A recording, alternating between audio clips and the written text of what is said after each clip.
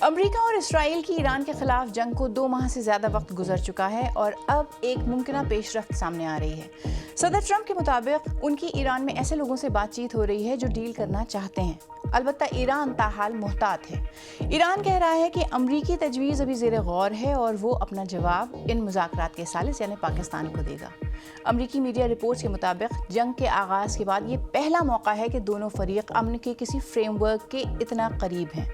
تو کیا یہ امن کی ابتدا ہے یا محض ایک عارضی وقفہ؟ اور کیا دھمکیوں کے سائے میں سفارتکاری واقعی کامیاب ہو بھی سکتی ہے؟ میں ہوں سمرا فاطمہ اور یہ آج BBC نیوز اردو کے پروگرام جہاں نما کی ہماری ٹاپ سٹوری ہے۔ اس کے علاوہ پروگرام میں دیکھیے گا، روس نے 2 اشروں میں پہلی بار اپنی سالانہ پریڈ میں اپنے جدید ہتھیار نہ لانے کا اعلان کیا ہے۔ ایسا کیوں؟ کیا یوکرین جنگ کو روس کے اندر لانے میں کامیاب ہو گیا ہے؟ اور کروز شپ پر ہینٹا وائرس کے پھیلاؤ اور کوارنٹین پابندیاں لوگوں کو کورونا وبا کی پابندیوں کی یاد دلا رہی ہیں۔ آج تہران کی جانب سے واشنگٹن کی تازہ تجویز پر جواب ملنے کی امید ہے، لیکن اس بارے میں واشنگٹن اور تہران سے ملے جلے اشارے مل رہے ہیں۔ صدر ٹرمپ نے پہلے کہا تھا کہ ان کی حکومت کے ایران کے ساتھ بہت اچھے مذاکرات ہوئے ہیں، لیکن ایرانی صدر نے بعد میں کہا کہ امریکی اقدامات نے سفارتکاری کو دھمکیوں اور پابندیوں کی طرف موڑ دیا ہے۔ ایران اب بھی امریکی تجویز کا جائزہ لے رہا ہے، جبکہ ثالثی کرنے والے ملک پاکستان کے ذرائع کا کہنا ہے کہ جواب جلد متوقع ہے۔ صدر ٹرمپ اصرار کر رہے ہیں کہ حالات قابو میں ہیں اور بہت ہموار طریقے سے چل رہے ہیں۔ ہم ان لوگوں سے بات چیت کر رہے ہیں جو ڈیل کرنا چاہتے ہیں، اور ہم دیکھیں گے کہ آیا وہ ایسی ڈیل کریں گے جو ہمارے لیے قابل قبول ہو۔ ہم نے انہیں بہت قابو میں رکھا ہوا ہے۔ ناکہ بندی زبردست ہے، نیوی نے کمال کا کام کیا ہے۔ یہ ایک فولادی دیوار کی طرح ہے، کوئی بھی اس سے گزر نہیں سکتا، خاص طور پر ایرانی۔ انہیں کسی بھی طرح سے کچھ حاصل نہیں ہو رہا۔ ہم دیکھیں گے کہ وہ مان جاتے ہیں یا نہیں، اور اگر وہ نہیں مانتے تو بعد میں مان ہی جائیں گے۔ بس یہی صورتحال ہے۔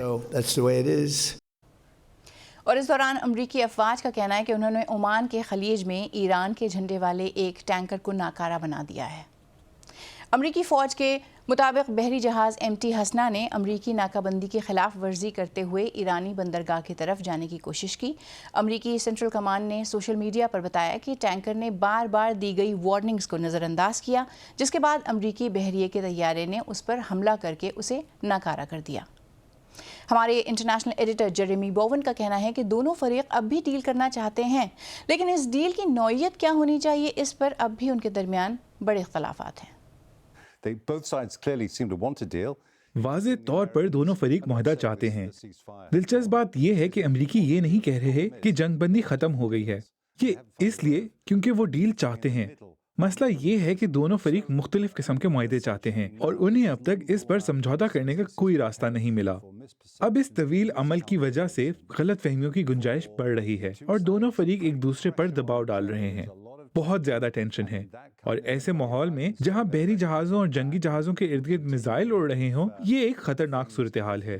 خلیج میں اتنی بڑی امریکی فوجی طاقت کی موجودگی اور ایرانیوں کے اس بیان کے بعد کہ وہ جوابی کارروائی کرنے کے لیے تیار ہیں، مجھے لگتا ہے کہ مکمل جنگ کی طرف سنگین اضافہ محض ایک بڑے واقعے کی دوری پر ہے۔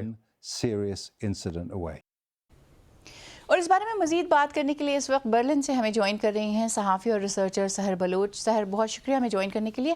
سب سے پہلے یہ بتائیے کہ ایک بار پھر امریکہ اور ایران کے مابین کسی ڈیل کی باتیں ہو رہی ہیں۔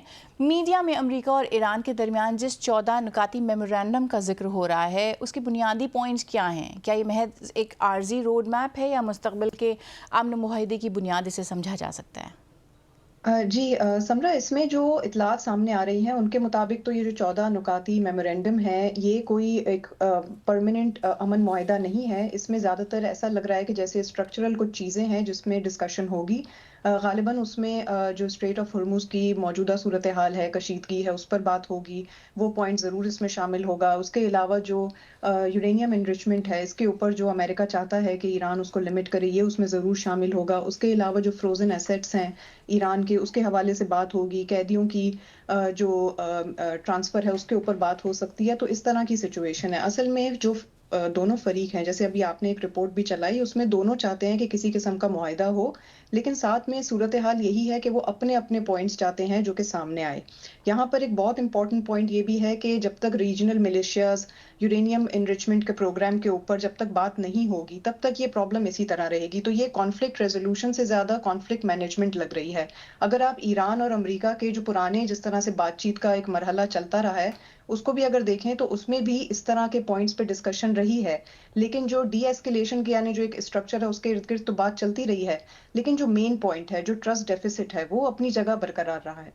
اچھا، صدر ٹرمپ نے جس جوہری معاہدے یعنی JCPOA کو خود ختم کیا تھا، اب وہ تقریباً ویسے ہی نکات پر دوبارہ مذاکرات کرنا چاہ رہے ہیں، تو سوال یہ بنتا ہے کہ اس طویل کشیدگی اور حالیہ جنگ سے امریکہ یا ٹرمپ نے سیاسی اور اسٹریٹجک طور پر حاصل کیا کیا ہے پھر؟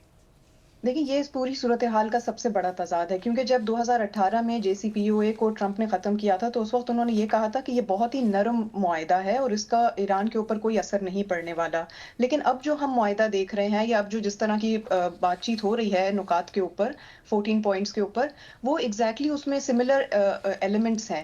تو اس سے اب سوال یہ اٹھتا ہے کہ جو اتنی لمبی کشیدگی رہی، جو اتنی لمبی جنگ رہی، اس کو کرنے کا کیا پوائنٹ بنتا ہے؟ جو کرٹک ہیں اس پورے سچویشن کو جو دیکھ رہے ہیں وہ تو اس بارے میں یہی کہہ رہے ہیں۔ دوسری بات یہ کہ اس سے حاصل کیا ہوا ہے، تو سب سے پہلے تو جو گلف ایلائز ہیں ان کو USA نے ری ایشور کیا ہے کہ ابھی بھی خطے میں جو انفراسٹرکچر ہے سیکیورٹی کا، اس کا ابھی بھی جو امریکہ ہے وہ سینٹرل اس کا ایکٹر رہے گا۔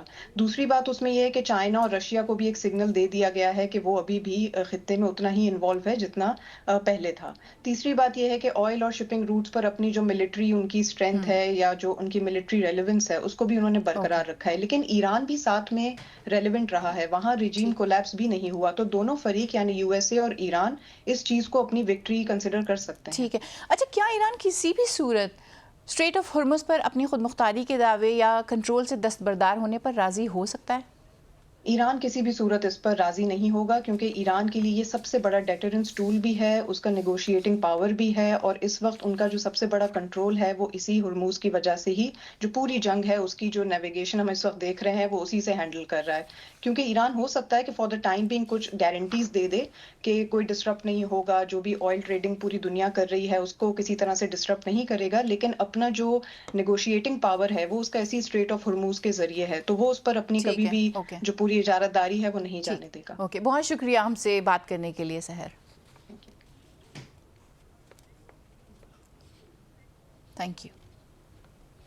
اسپین کے کینری آئلینڈ کے رہائشی اس وقت خاصی تشویش کا شکار ہیں، اور اس کی وجہ ہے ہینٹا وائرس کے پھیلاؤ سے متاثرہ ایک کروز شپ جو اس ہفتے کے آخر میں اسپین کے کینری جزائر پہنچ رہا ہے۔ مزید تفصیلات ٹرینڈنگ میں۔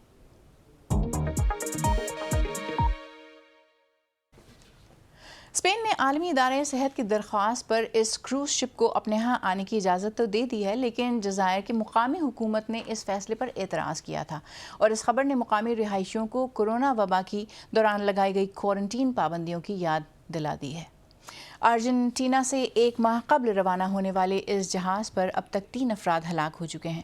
Cruise company Oceanwide Expeditions کے مطابق اس مہلک وائرس کے پھیلاؤ کی تصدیق کے بعد کروز شپ سے نکالے گئے 2 شدید بیمار افراد کا علاج کے لیے نیدرلینڈز پہنچ گئے ہیں، جبکہ ایک تیسرے مسافر کی حالت خطرے سے باہر بتائی جا رہی ہے۔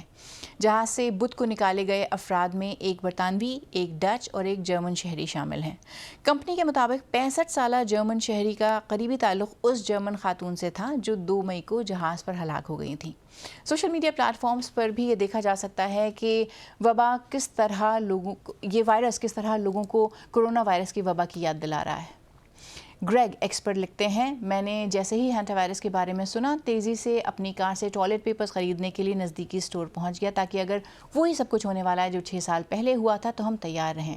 اور امریکہ سے جیمی بونکوچ لکھتی ہیں، امریکہ اب عالمی ادارے صحت کے ساتھ نہیں ہے، ہینٹا وائرس پھیل رہا ہے اور ہم فیفا ورلڈ کپ ہوسٹ کرنے جا رہے ہیں۔ سوچنے والی بات یہ ہے کہ کیا ہی کچھ ہو سکتا ہے۔ اس درمیان عالمی ادارے صحت نے تنبیہ کی ہے کہ ہینٹا وائرس ویسے تو روڈنٹ سے پھیلتا ہے، یعنی چوہوں سے، لیکن انسانوں سے انسانوں میں بھی اس کی منتقلی کے امکانات کو رد نہیں کیا جا سکتا۔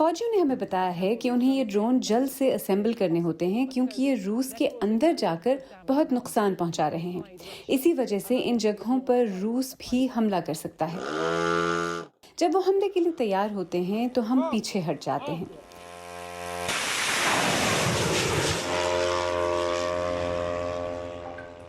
یہ ان کے کمانڈر ہیں جو زیر زمین جدید بنکر سے فضاؤں میں جنگ لڑ رہے ہیں.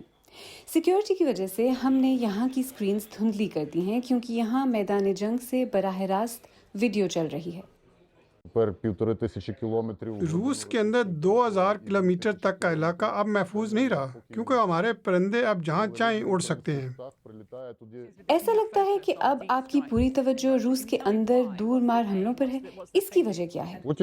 پوتن قدرتی وسائل نکال کر انہیں پیسوں میں بدلتے ہیں اور پھر ان پیسوں سے ہم پر میزائل چلاتے ہیں. اگر تیل کے کارخانے جنگ کے لیے پیسہ بناتے ہیں تو ان کو تباہ کرنا ہمارا حق ہے. ڈرون حملوں کا 30% حصہ دشمن کے فوجیوں کے خلاف ہونا چاہیے. تو آپ سے میں اس کارخانے پر کئی بار حملے کیے گئے ہیں. یوکرین کے ڈرونز نے ایسے کئی ٹھکانوں کو نشانہ بنایا ہے تاکہ روس کی آمدن کم کی جا سکے. لیکن اس بنکر سے چلنے والی ٹیمز کا ایک اور ہدف بھی ہے. کمانڈر بروڈی کہتے ہیں کہ 4 ماہ سے وہ اتنے روسی فوجی ہلاک کر رہے ہیں جتنے روس بھرتی بھی نہیں کر پا رہا. اس طرح وہ روس کو آگے بڑھنے سے روک رہے ہیں. بی بی سی آزادانہ طور پر اس دعوے کی تصدیق نہیں کر سکا.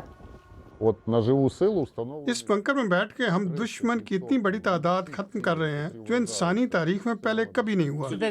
تو کیا آپ نے روسیوں کو ہلاک کرنے کا کوئی باقاعدہ پلان بنایا ہوا ہے؟ جی ہاں، آپ اسے کل پلان کہہ سکتے ہیں. ہم اس وقت اپنے ٹارگٹ سے بھی اوپر جا رہے ہیں. وہ زور دے کر کہتے ہیں کہ یہ وہی لوگ ہیں جو یوکرینیوں کو مارنے آئے تھے. ایسے حملوں سے کمانڈر کو امید ہے کہ روس میں لوگوں کا حوصلہ ٹوٹے گا اور وہ اس جنگ اور صدر پیوتن پر سوال اٹھائیں گے. آج B B C news Urdu کے پروگرام جہانما میں بس اتنا ہی. پروگرام میں شامل سٹوریز اور تازہ ترین خبروں کے لیے ہماری ویب سائٹ bbc.com/urdu پر آئیے. B B C news Urdu کے انسٹاگرام، ٹک ٹاک، یوٹیوب اور فیس بک اور ایکس اکاؤنٹس کو فالو کیجیے. سمرا فاطمہ کو اجازت دیجیے. اب آپ سے ملاقات ہوگی کل.